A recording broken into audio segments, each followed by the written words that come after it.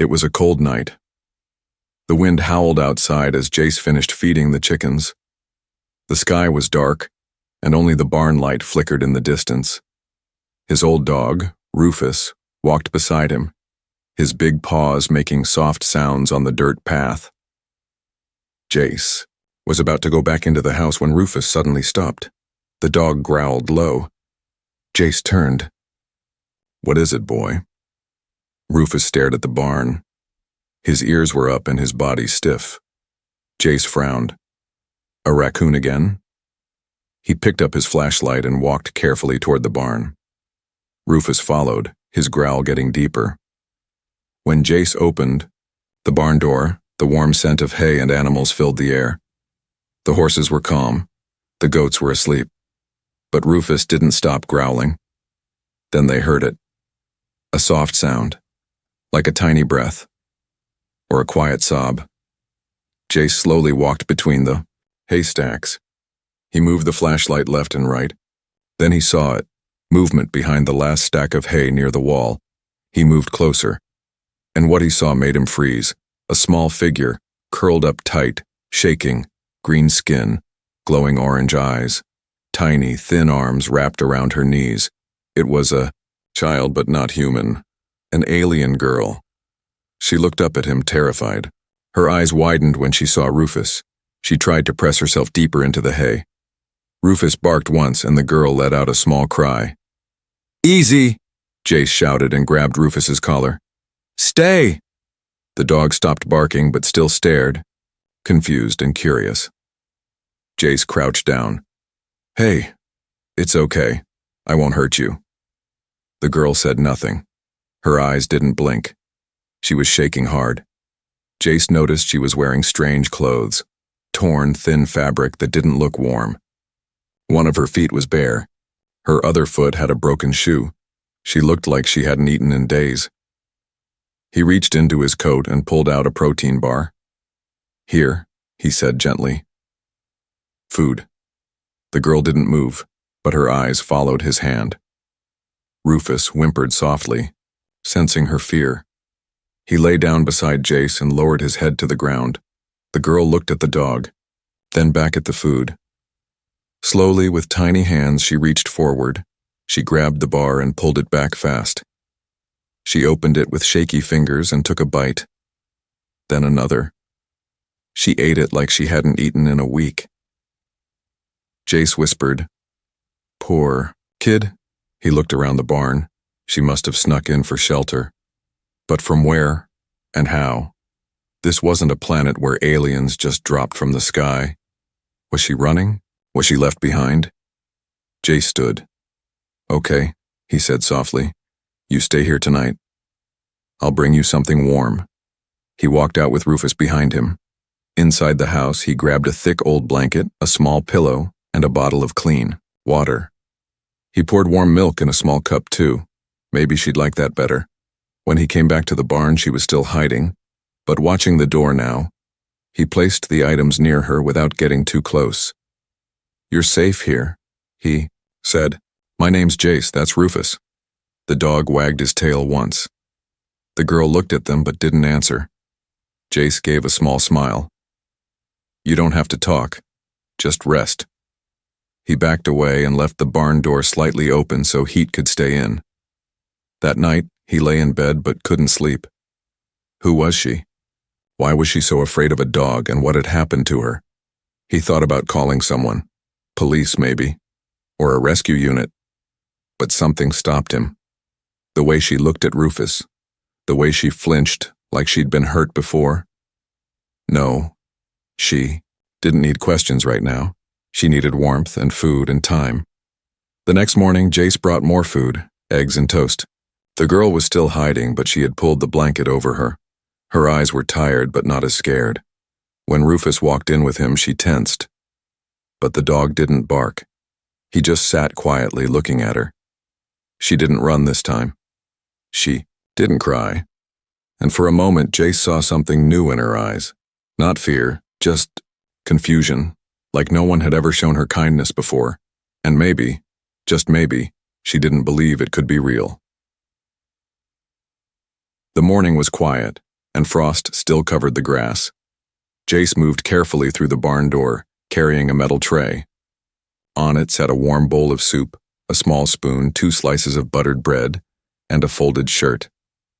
Rufus followed behind him, tail swaying low, eyes soft. He seemed to understand. This visitor was not a threat.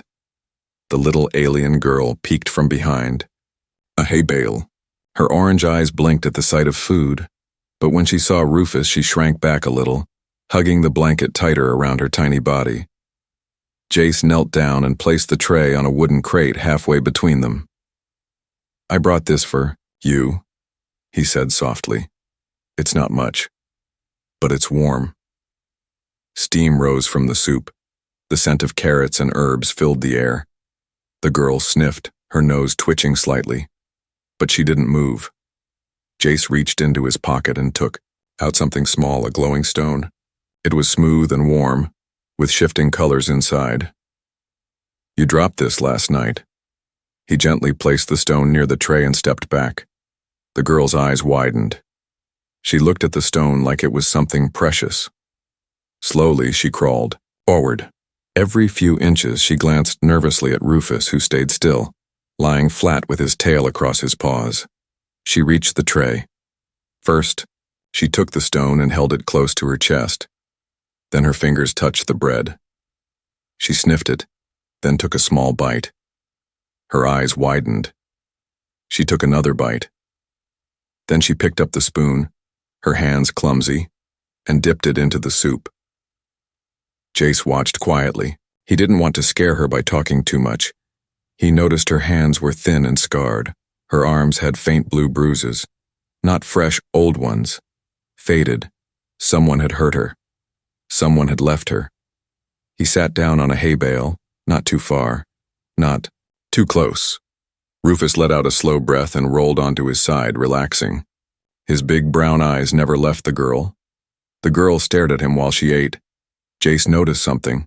Her gaze was no longer filled with fear. It was curious now. She tilted her head slightly. Her small fingers reached toward Rufus, then quickly pulled back. Rufus didn't move. He simply wagged his tail once, then yawned. The girl blinked. Then she slowly pushed the empty soup bowl forward, like she was offering it. Jace smiled. "I'll bring more." Later that day, Jace returned with a clean shirt, small sweatpants, and a soft winter hat. He placed them in a box near her bed of hay. "I don't know your size," he said, "but I figured these are softer than space rags." He paused. "You don't have to talk yet, but do you have a name?" The girl said nothing. She just looked at the clothes, then slowly she took the hat and placed it on her head. It was too big and slipped down over her eyes. She pulled it up just a little and peeked at him. Jace chuckled. "Looks good on you." She didn't smile, but she didn't frown either. That night it was cold again. Jace brought another blanket. He found her already asleep, curled next to the glowing stone and wrapped in his old flannel shirt. Rufus was sitting just outside the stall, watching over her like a silent guard. Jace kneeled and whispered, "You like her, huh?" Rufus looked at him and wagged his tail once. "She's still afraid?" Rufus tilted his head. Then he did something strange. He stepped forward slowly, carefully, and lay down beside her. The girl stirred in her sleep. Her hand reached out, half asleep, and touched his fur. She didn't pull away. Rufus didn't move. They stayed like that, alien and dog, finally resting. In the morning, Jace made breakfast. While cracking eggs into the pan, he heard soft footsteps behind him. He turned, surprised. The little alien girl stood in the doorway. She wore the shirt and pants now, the hat still loose on her head. And beside her, Rufus. Her hand rested lightly on his back. She didn't speak, but she stepped forward slowly, holding out the empty soup bowl. Jace took it and smiled. "You're brave." She looked up at him. Then, in a tiny, cracked voice, she said one word. "More?" Jace's heart almost stopped. He nodded quickly. Of course, as much as you want. She sat down by the fireplace with Rufus, and for the first time, she looked like a child again. The fireplace crackled gently inside the small wooden house. Morning light filtered through the dusty window, casting soft orange rays on the floor. The little alien girl sat near the hearth, her knees hugged to her chest, her glowing orange eyes watching the flames. Rufus lay beside her, head resting on her lap. Her tiny fingers moved slowly through his thick fur. Jace stood by the counter, flipping pancakes on an old iron skillet. He glanced at her now and then, amazed at how much had changed in just 2 days. She hadn't spoken again after that first whisper. More, but she no longer looked like she might run at any second, and she stayed close to Rufus, as if the dog's presence calmed her. Jace had seen something else that morning, too. When she pulled up her sleeve to wipe her mouth, he saw it again. Scars, long, thin marks that wrapped around her upper arm like ropes, had once bitten deep into her skin. The sight made his hands freeze. She had been chained. He served the pancakes on a plate and placed it gently in front of her. "Hope you like sweet things," he said. "I put a little syrup." She looked at the food, then up at him. Jace saw something new in her face, hesitation but not fear. She lifted the fork and took a small bite. Then another, and another. She didn't eat like she was starving now. She ate like she trusted the food would come again. That was progress. After breakfast, Jace grabbed a clean towel and gestured to the bathroom. "Want to try a warm bath?" he asked. "It'll feel good, I promise." The girl looked confused. He mimicked splashing water with his hands. "Water. Clean. Good." She blinked, then nodded slowly. Jace smiled. "All right then." He filled the small tub with warm water and left clothes and a soft towel on the side. "Take your time," he said, stepping out to give her privacy. He sat on the porch watching the trees sway. Rufus rested by his feet, snoring. Inside, he heard splashes. Then, silence. Then a small knock on the door. He stood and walked in. She stood there, wrapped in the towel. Wet hair clung to her green cheeks, her arms were trembling. She wasn't cold. She was scared again. Jace crouched slowly. "What is it?" She stepped forward, and then did something that broke his heart. She turned around, pulled the towel down from her back, and showed him the truth. Her back was covered in dark marks. Not just scars. Burns. Deep ones. Symbols he didn't recognize, but they looked like they had been seared into her flesh. Her skin looked damaged, stretched, healed wrong.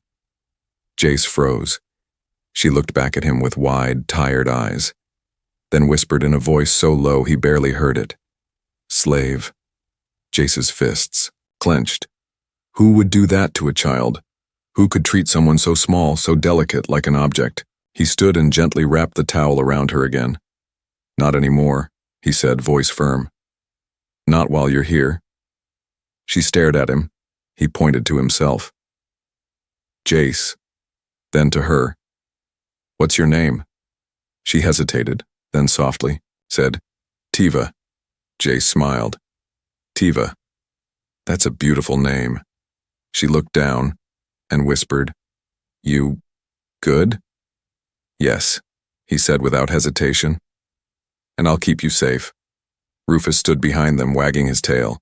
Tiva looked at him and gave a tiny nod. She trusted them now, not completely, but enough to stay. That night, Jace placed a warm drink in front of her. "You want to tell me what happened?" he asked gently. "Not all of it, just a little?" Tiva stared at the drink, then nodded slowly. She pointed to the sky. "Ship. Bad men. Took many. Me, escape." Jace leaned in, heart pounding. She pointed to her back. Pain, chains, hit. Then she touched her glowing stone, the one she carried when she first arrived. "Mom gave me before they took her." Tears welled up in her big, orange eyes. She wiped them away fast, embarrassed. Jace reached over and placed a hand on hers. "You're safe now, and you're not alone anymore."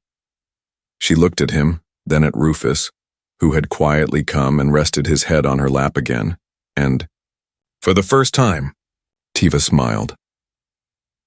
The next few days passed quietly. Tiva stayed close to the house, never leaving Jace's sight. She liked sitting under the big tree by the fence with Rufus curled beside her. Sometimes she would draw in the dirt using a stick. Strange. Symbols, maybe from her old home. Jace didn't ask too many questions. He wanted her to heal first. She laughed once when Rufus tried to catch a butterfly and ended up in a bush. The sound was small but real. It made Jace pause. That laugh was hope. But peace never lasts long. It was just after sunset. Jace was chopping firewood behind the barn when he heard a sharp buzzing sound in the sky. He looked up. A shadow passed overhead, fast, silent, shaped like a drop of metal. It didn't look like a bird or a ship humans used. Then the buzz turned into a low hum and the strange object circled back and hovered above the trees. Jace's heart sank. Not again. He ran toward the house. Tiva was already inside. She stood by the window, frozen, her orange eyes wide with fear. "They found me," she whispered. Jace didn't ask who. He didn't need to. He grabbed the rifle from above the fireplace, not because he wanted to shoot anyone, but because he might need to scare something off. Rufus growled low. Tiva backed away from the window. "They come to take." "No one's taking you," Jace said firmly. A deep thud echoed outside, like something heavy landing in the woods nearby. Then footsteps, metallic, marching. Jace moved to the door, cracked it open. Figures. 3 of them. Tall. Thin. Not human. Their skin looked like dull silver. Their eyes glowed faint blue. Slavers. Jace had seen pictures and warnings before. Alien bounty hunters who took escaped slaves for money. They carried long rods and scanning gear. One pointed toward the house. "The trace leads here." Jace's hand gripped the doorknob tighter. His voice was low.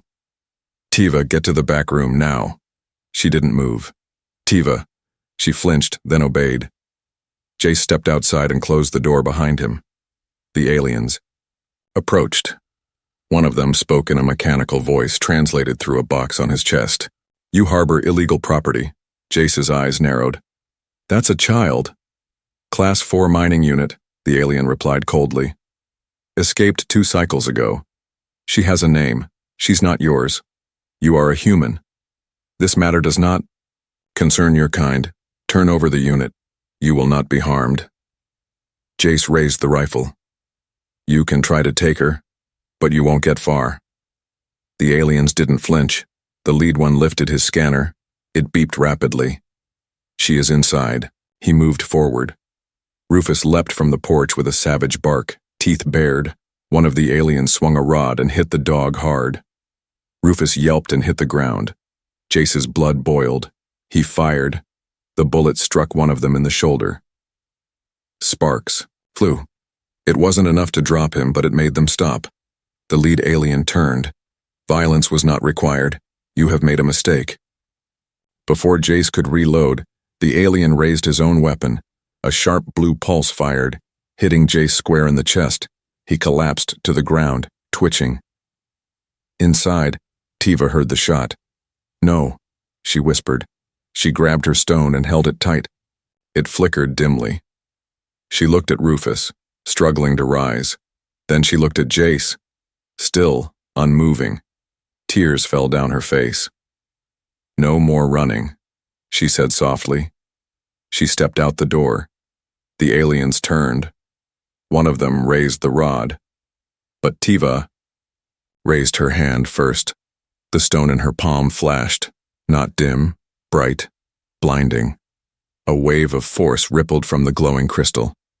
The nearest alien was thrown back into a tree. The others staggered. Tiva stepped forward. Her small voice was filled with something ancient, something powerful. "I am not yours." The stone pulsed again. The second alien dropped his weapon and turned to flee. The last one, bleeding sparks from where Jace had shot him, looked up in shock. "You are not slave." "No," she said. "I'm free," Rufus barked. Jace groaned. Tiva ran to him, kneeling beside his body. "You okay?" she cried. Jace coughed. "I've had better evenings." She laughed through her tears. Rufus licked his face. The aliens were gone, and Tiva was still there, stronger than before. The wind was cold, but the fire inside Jace's small home crackled warmly. Rufus lay curled near the hearth, his tail twitching in sleep. Jace sat on the couch with a thick bandage wrapped around his chest, groaning as he leaned forward. Tiva sat beside him, holding a mug of warm tea in both hands. Her fingers were still trembling, not from cold but from everything that had happened. "They were going to take you," Jace said softly. "And I couldn't stop them. Not really." Tiva shook her head. "You tried. You didn't run." Jace smiled faintly. "Neither did you." She looked down at the glowing stone hanging from her neck. It had protected her. It had thrown the slavers back like a blast of thunder. And somehow, it listened to her. That wasn't just a lucky stone. Jace tilted his head. "What is that thing? You called it a gift from your mom?" Tiva nodded slowly. Her voice was low and filled with something old. "It's the heart shard. It belongs to my family. Long ago, it meant I was next in line. But then the war came. They killed my father, took the rest, and sold me." Jace's eyes widened. "Wait, are you saying I'm not just a runaway?" Tiva whispered. "I'm a royal heir." Silence filled the room. Only the fire made noise. Jace tried to sit up straighter. "So you're a princess?" She shrugged. "Maybe. That word doesn't mean much now." "It means something to me," he said. "And probably to whoever's still out there looking for you." She shook her head. "They don't want me alive. The ones who sent the hunters, they fear me. The shard only works for those with royal blood. If I'm alive, I'm a threat." Jace frowned. "Then that means they'll be back." Tiva looked at him. Her voice dropped again. "Then we run." The next morning, the forest was quiet, but tension hung in the air. Tiva was packing a small bag with food and supplies. She moved quickly but carefully, looking over her shoulder. Every few seconds, Jace stood by the barn, checking the old truck's engine. He didn't like running, but she was right. They couldn't wait for another visit. Next time there might be more than 3 hunters.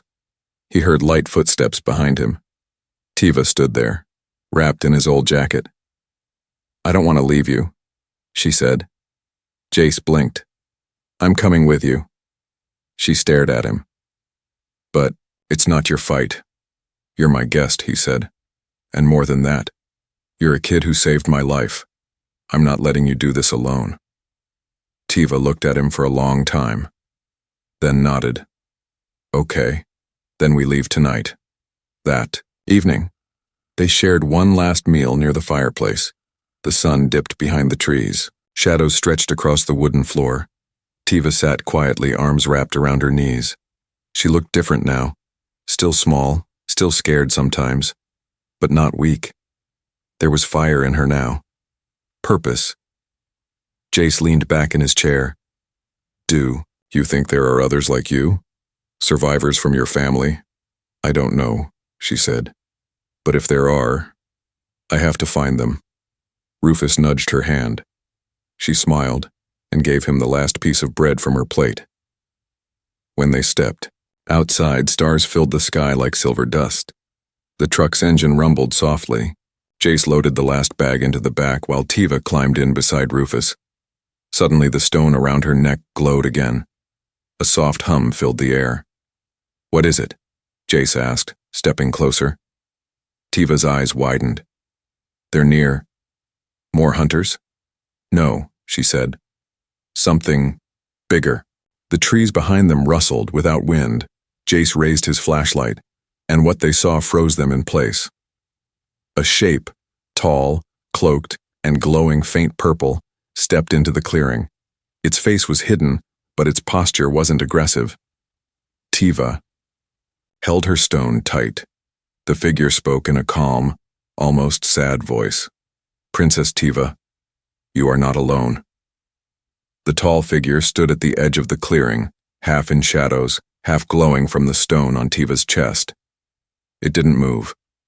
Didn't speak again. Jace reached slowly for his rifle. Tiva raised her hand. Wait, the figure stepped forward. The glow around it pulsed in rhythm with her stone. Jace's grip tightened. Then the figure dropped to one knee. Head bowed.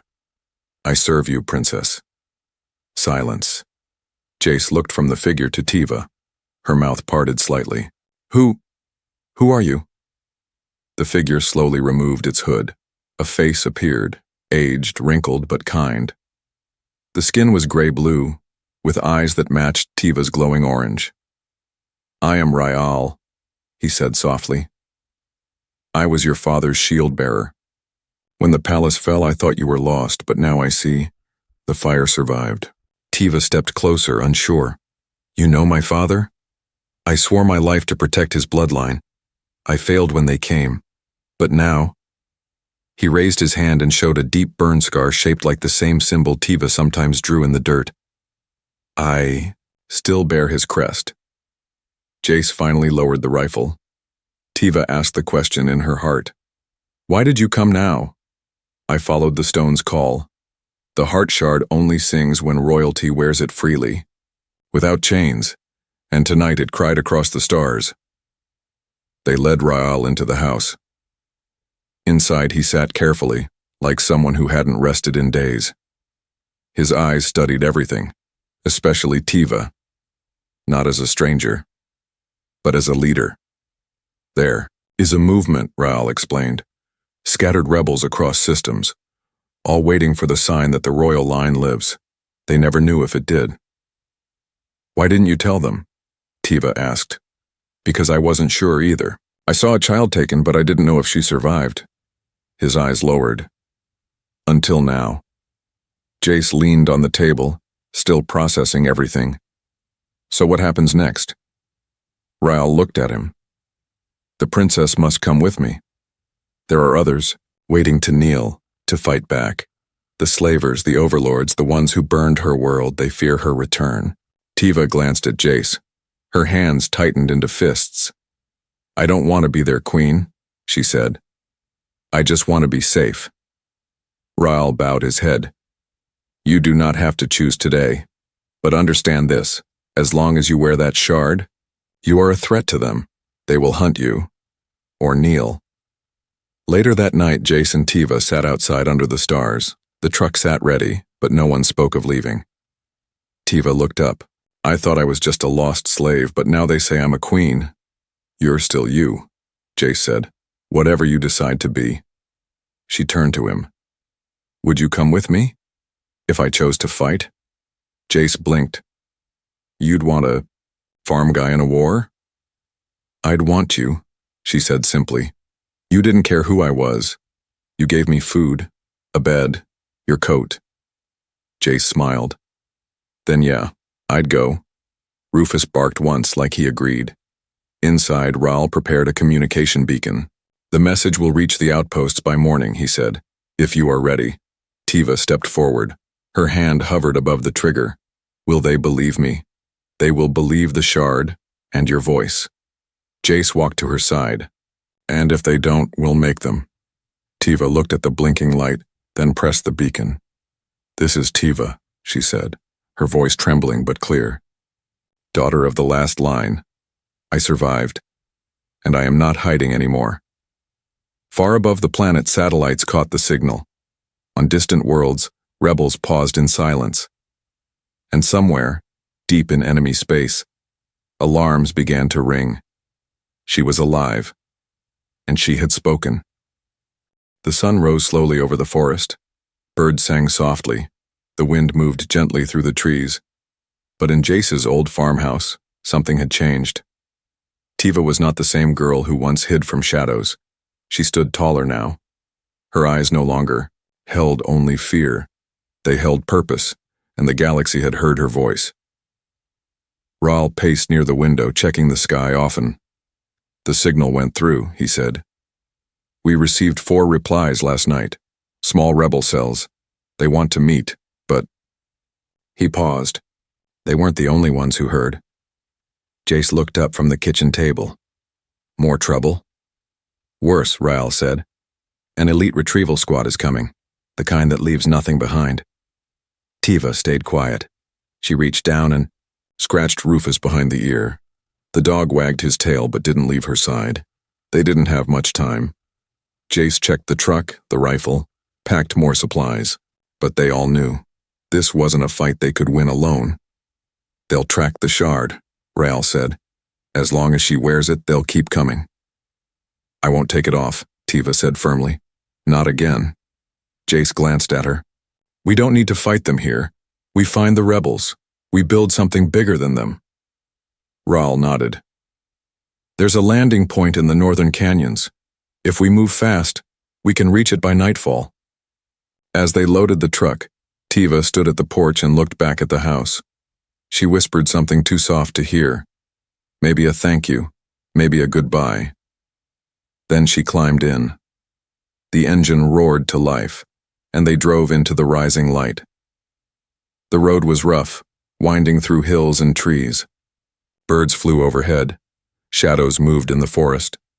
For a while, it almost felt peaceful, until the sky cracked open. A sleek black ship broke through the clouds, silent and fast. It's them, Rael said. The truck bounced as Jace pushed the gas, harder. The ship followed above, scanning. We won't outrun them, Rael shouted. I know, Jace yelled back. Tiva didn't panic. She rolled down the window and reached out her hand. The shard around her neck pulsed again. A beam shot from the ship, but struck an invisible shield just above the truck. Rael's jaw dropped. You activated a defense field? Tiva blinked. I didn't know I could. They turned off the main road into rocky paths and over shallow streams. The ship tried to follow, but the trees got thicker. Finally, it pulled back, circling high above. They were close. By sunset, they reached the northern canyon. And waiting, near the cliff's edge, were ships, not enemy ones. 3 battered transports with strange symbols painted on their sides. Rebel forces. Dozens of aliens stood in silence as the truck rolled to a stop. Jace turned to Tiva. This is it. She opened the door and stepped out. The wind lifted her long hair. The shard on her chest glowed brightly. One by one, the rebels dropped to one knee. Rael stepped forward and bowed. Princess Tiva, the last of the true line, welcome home. Looked at them.